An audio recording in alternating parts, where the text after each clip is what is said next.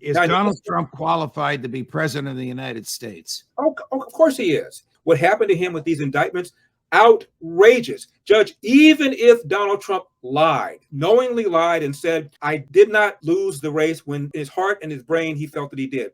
That may be unethical, but how is that criminal? Presidents lie all the time. Beyond that, he didn't lie. There's lots of reason to feel that the election in 2020 was unfair.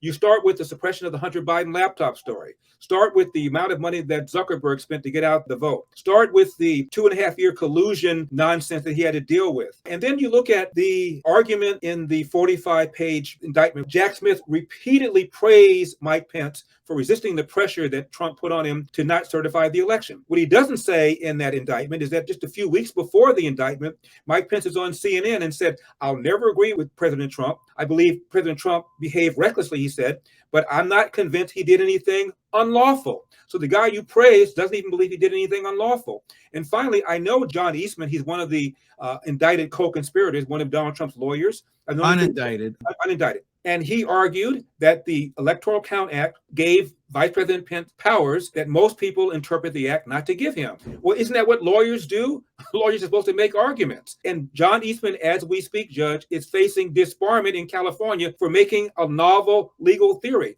Lawyers have always made novel legal theories. My goodness, the lawyers that represented Dred Scott argued that he was a free person. That was not carried the day for a long time. The lawyers that argued against separate but equal were wrong legally. That didn't carry until Brown versus Board of Education. So lawyers make unpopular arguments, and sometimes those unpopular arguments become accepted legal theory. So what are lawyers supposed to do when their client lies to them and says, tell the grand jury that I surrendered all the National Defense Information documents? I really have them here, but you tell them that I surrendered them. Well, that's a problem. That is really a problem. And that certainly is not the lawyer's problem. That's more of the client's problem.